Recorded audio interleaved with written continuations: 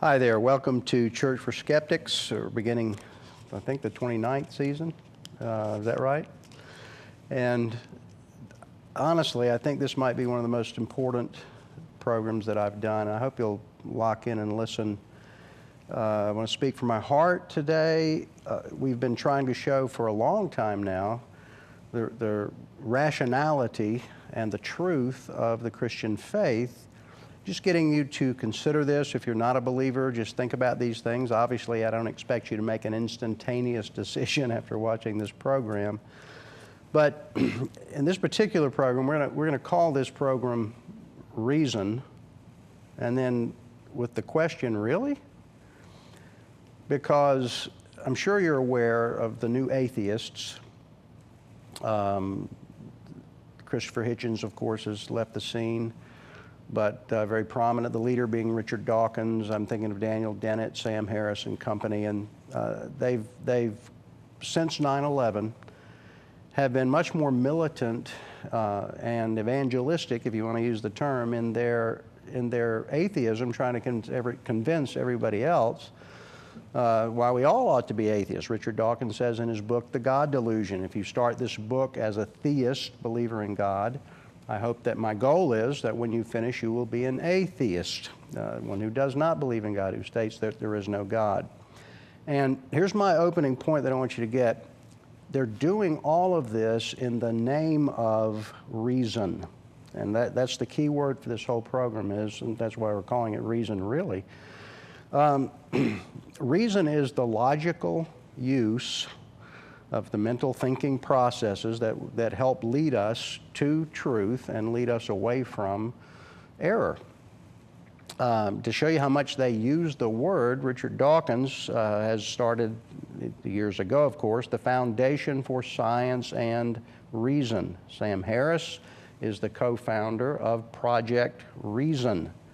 The Council for Secular Humanism has a publication that is entitled Free Inquiry, Celebrating Reason and Humanity, and the American Atheist Society talks about the supremacy of reason. Well, I want to say first of all that atheists, skeptics, critics don't have a monopoly on reason.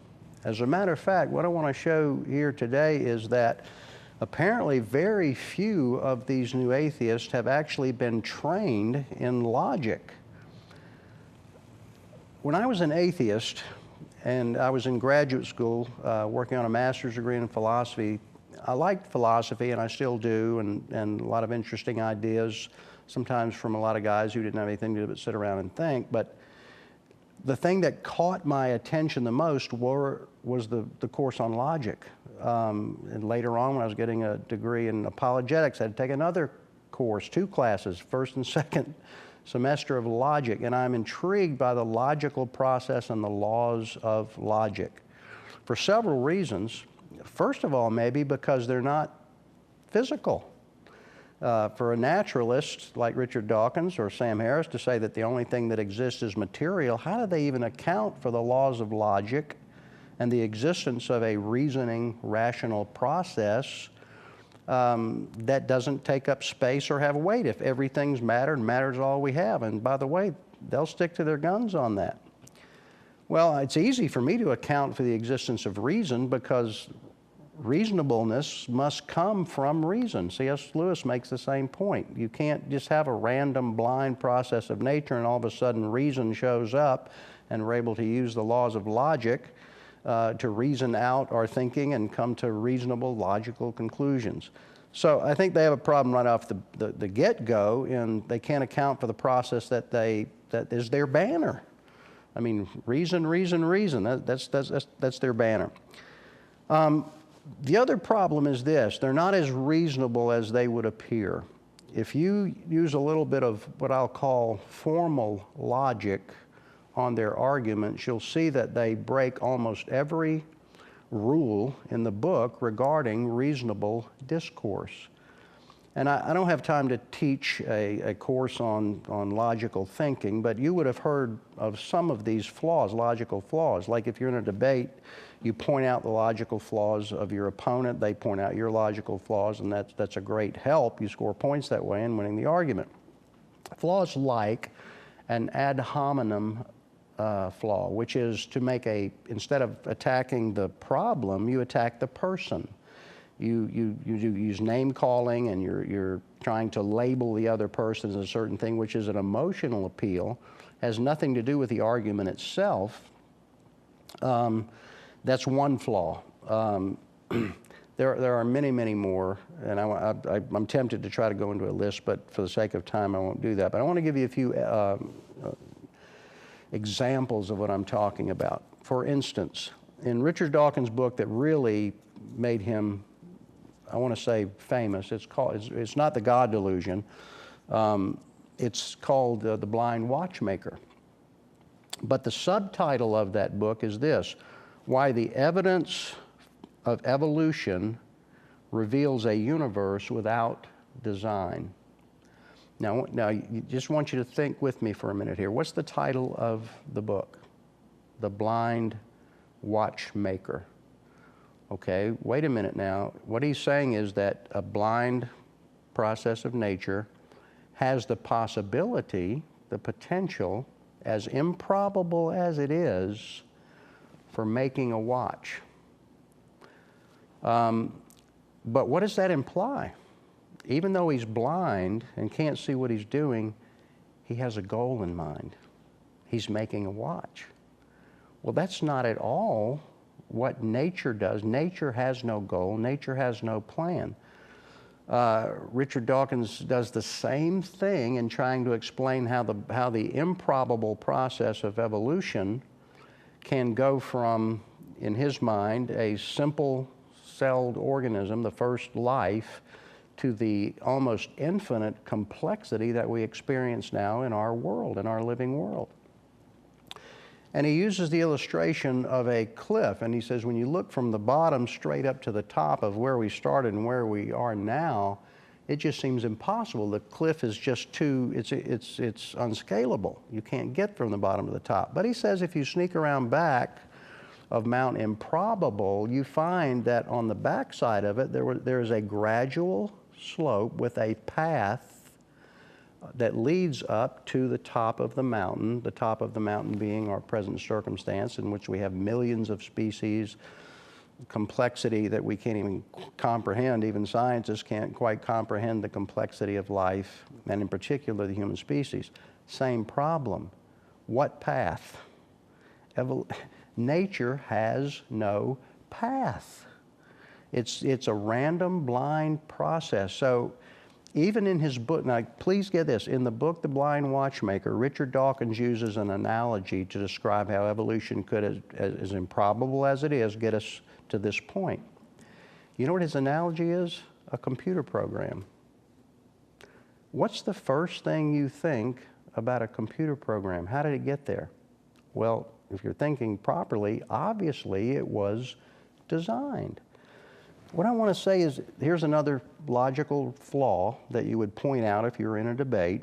It's called circular reasoning, also called begging the question, which means that you assume that what you're trying to prove is true before you try to prove it. It's necessary to assume that what you're trying to prove is true to make your argument. So at the very end of The Blind Watchmaker, Richard Dawkins basically makes his argument to back up his title, Why the Evidence of Evolution Reveals a Universe Without Design. Here's his argument. I've explained to you in this whole book how it would be possible, though highly improbable, that nature could have come about without design. Therefore, nature came about without design. Therefore, there is no God. Really? Is that reasonable? Is that foundational for science and reason? I hope you understand what I'm saying here. I'm really on my high horse about this, to be honest with you, because once you see it, it's just so glaring how circular this argument is. And let me give you an illustration, and I'll come back around and say it again. Alvin Plantinga is no doubt one of the brightest minds alive today. He was the chairman of the philosophy department at Notre Dame. And he's kind of an amazing guy. He has the ability to say stuff so that I can't figure it out, really. I mean, he can get into the philosophical formulas that are like mathematical problems, but then he can bring it down to a level that helps us understand it. And here's what Alvin Plantinga says about the blind watchmaker. He says the argument that Dawkins makes might be okay if we have some assumptions. Now, what he's saying is he's talking about circularity here. You have to assume some things to be true. If you assume from the outset, he says, that it is not astronomically improbable that the universe and life came about by chance, then his argument might make sense. You understand what he's saying here? Let me give you an example here. I'll give you a little logical formula. And I'll use the word you just to say the universe and life. Okay, point number one, premise number one in the argument, you is not astronomically improbable. In other words, it's what we're saying is that if it's not astronomically improbable that the universe and life came about by chance, if it's not astronomically improbable, then the conclusion is, therefore, the universe came about by chance. Even that is a completely circular argument, even with the assumption.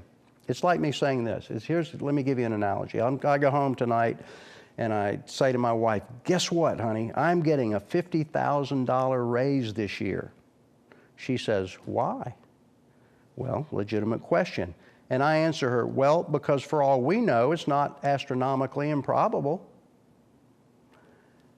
And she goes, of course, she's going to give me the look and then say, yeah, right, okay, well, let's see how that goes. And then I say, well, maybe it's pretty improbable. But you get the idea of what I'm saying. That's exactly what Richard Dawkins is doing. And it's even worse than that. Nobody, we're not really, I hate to interrupt myself here, we're not really talking about the argument for design for the universe. We're talking about the reasonable process that Richard Dawkins in particular is using to make his argument. It's not reasonable at all. And here's the problem. Nobody, including Richard Dawkins, is saying that the universe as we know it and life as we know it, they're not saying that it's probable that it came about by chance. They're actually agreeing. I don't know of anybody that is a scientist or a theist or an atheist, but that they agree that it is astronomically improbable. That's why he's using the illustration of Mount Improbable. It looks not just improbable, but impossible for chance to produce the complexity and order of our universe and life itself. So nobody's saying that, and so you see how it even gets worse. If we agree that it's absolutely improbable to the points, the lowest figure I've seen is that the chances of the universe turning out like this to allow us to live here are 1 in 10 to the 123rd power. Well, that's beyond possibility, much less probability. So the argument really is we know it happened because we're here. It could have happened, so it must have happened because we're here. That's not an argument. That's not reasonable. That's not rational. It breaks virtually every rule of reason, every rule of logic. And what happens is, as you read these books, whether they're by Christopher Hitchens or Daniel Dennett or Sam Harris or Richard Dawkins, they do this over and over and over again, but they do it beautifully. They do it they're very good writers. I don't know if they've had coaching or editing, no doubt. Everybody that writes does. But they're good writers. They're smart guys. But their reason is so flawed that for them to hide behind the banner of reason and hold rallies for reason, it just seems like they don't really know that much about the reasoning process. I'll give you one more example of a fallacy, and then we're going to try to pinpoint what actually is going on. So we'll take a quick pause here and let you process a little bit what we've already said. All right, our time's going to run out because I'm kind of wound up here, and that's what happens. But there's another fallacy that if you're in a debate will cost you the debate, and that is misrepresenting the data. If I can get caught misrepresenting the facts, I'm in trouble. Well, Christopher Hitchens, who's generally, I think, conceded to be really maybe the smartest, the most articulate of the new atheists, even though he's not on the scene anymore. But his misrepresentation, he's very selective in what he presents and very forgetful about what he leaves out. Let me tell you something that he says here in one of his books. He says that he thinks the existence of Jesus is highly questionable because his illiterate disciples left no record, and his first disciples, if he even existed, really weren't Christians because they didn't have a chance to read the literature, the New Testament, that was written about Jesus, that wasn't written until several decades later, long after their death. Well, first of all, on this program, think about what I'm saying here, and we can't do it now. We have historically and reasonably backdated the gospel message of Christ back to the cross itself. So there is no credible scholar who doubts the existence of Jesus. And the consensus of scholarship is that the New Testament was written by eyewitnesses and that Jesus really was a Jewish rabbi who stood in the place of God and claimed to be God the Son and died on the cross, and his disciples were convinced that he was risen from the dead. So Christopher Hitchens is just misusing the data there, another logical fallacy. Here, I mentioned this before, but I want to move on to this, and then I want to get into some testimonies from atheists themselves. If the atheist worldview is true, and everything is natural, as John Gray, the atheist, says, prayer and art and genocide are all equally natural to the human race. I mean, think about it. If nature's all there is, then everything is determined by a blind process of nature, including what you believe. Did you know Sam Harris, for all his arguing, agrees with that? Daniel Dennett, for all his arguing against the existence of God, agrees with that. We are programmed by a process totally out of our control. Our genetics, our environment, our neurons in our brain, and of course Daniel Dennett in particular makes no distinguishing difference between the mind and the brain. So on their worldview, nobody comes to a belief based on reason. Their beliefs are determined by their genetics and their neurons and the input. It's not a reasoning process at all. If their worldview is true, then there's no reason to believe it to be true. Dawkins, evolution favors the selfish gene, not the reasonable mind. Okay, Daniel Dennett, the mind is the brain, and everything is determined by the blind natural process that is out of our control. As a matter of fact, Daniel Dennett claims that there's no difference between the human species and zombies, who are a fictional character, of course, but they're just like us in every way except they don't have brains. Or they have brains, but they don't have minds. They can't think. Even Stephen Hawking, several years ago, gave a much anticipated speech. Now, please listen to this. You know what the question was? Are we free? In other words, do we actually make choices, or are we determined? Are our choices made for us by the process of nature? It just feels like we're making choices, but really they've already been made for us by every cause and effect that's gone on before us. At the end of an hour's speech, the audience is sitting on the edge of their seat, waiting to hear his answer, and here's what his conclusion was. Are we free? Do we actually make choices, moral or otherwise, reasonable or otherwise? No, he says. We are determined. But then he says, but since we don't know what has been determined, we might as well not be. And you could hear from people there at the audience who reported later, said you could hear a collective sigh of disappointment. This is it? This is what we've got? After all this speech, we're determined, everything about us. This speech was determined. He had no choice in making it, no choice in his word. What a letdown. So as we close, I want to read you, if rationality and reason is not what's going on, and I'm telling you, after reading these guys and going back through them with formal reasoning skills that I'm still learning, reason is not what's happening, despite their cry of being under the banner of reason. Something else is happening, and that's what I want to pinpoint here. So I'm going to read you the testimonies of four atheists from really 3 generations, we'll say, who explains to us why they became atheists in the first place. So the 4 atheists that I'm just going to read what they said and comment a little bit at the end here. First one's Aldous Huxley, who would be 1930s.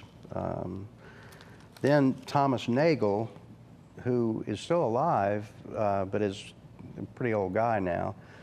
So you've got 2 generations there. Then 2 of them, a little bit more from the modern generation. Michael Shermer, who is the head of the Skeptical Society of America.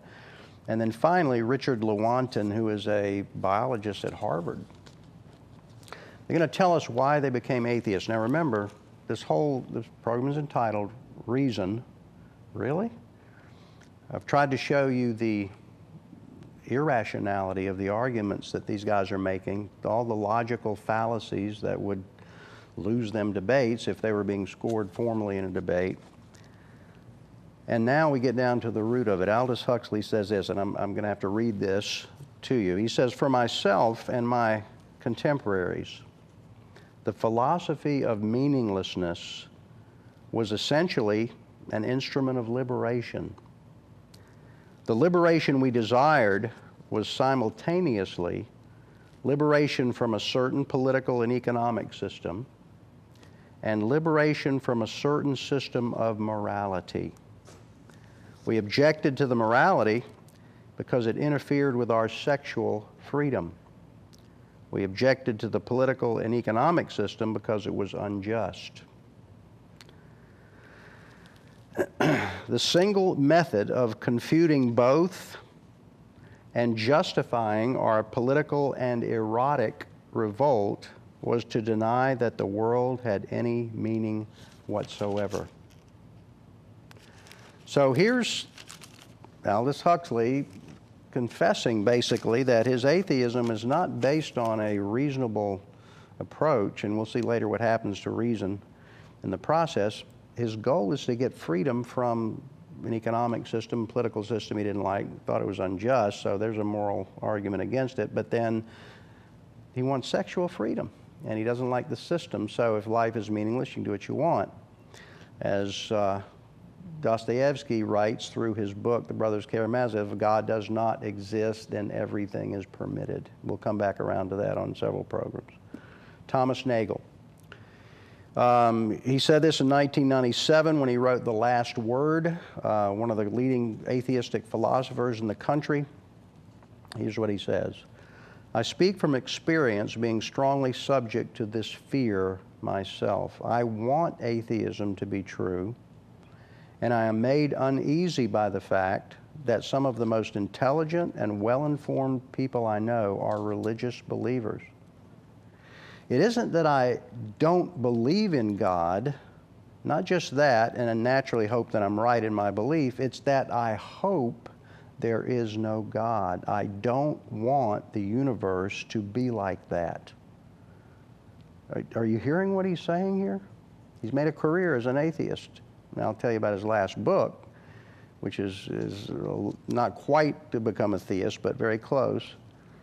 Then he says this: "My guess is that this cosmic authority problem," I hope you understand that term, the problem we have with somebody ruling over us, somebody being the judge of us, God. He says, "I guess that this cosmic authority problem is not a rare condition, and that it's responsible for much of the scientism which says we can only know things through science, and reductionism, everything's just nature, of our time. Get this, one of the tendencies it supports is the ludicrous overuse of evolutionary biology to explain everything about life, including everything about the human mind. Darwin enabled modern secular culture to heave a great collective sigh of relief. All right, one more. Michael Shermer, the head of the Skeptical Society. He says, socially, when I moved from theism to atheism, and science as a worldview, I guess, to be honest, I just liked the people in science and the scientists and their books, and just the lifestyle and the way of living. I liked that better than the religious books, the religious people I was hanging out with before. Now get what he says. I think most of us arrive at most of our beliefs by non-rational reasons and then justify them after. I want to read you the whistleblower here. It's out of the book of Romans, chapter 1, verse 21. It says, "For although they knew God, they neither glorified him as God nor gave thanks to him, but their thinking became futile." In other words, their reasoning became fallacious. That's exactly what we're trying to show, is they want to hide behind the banner of freedom, the banner of reason, as if they had a monopoly on it. Not only do they not have a monopoly on it, we can make the case that if you I'll use Greg Kokel's term here, if you take the roof off their conclusions, which means test drive them, see where they come out. They all want to, Richard Dawkins wants to make a moral argument against religion. Where's morality in his worldview?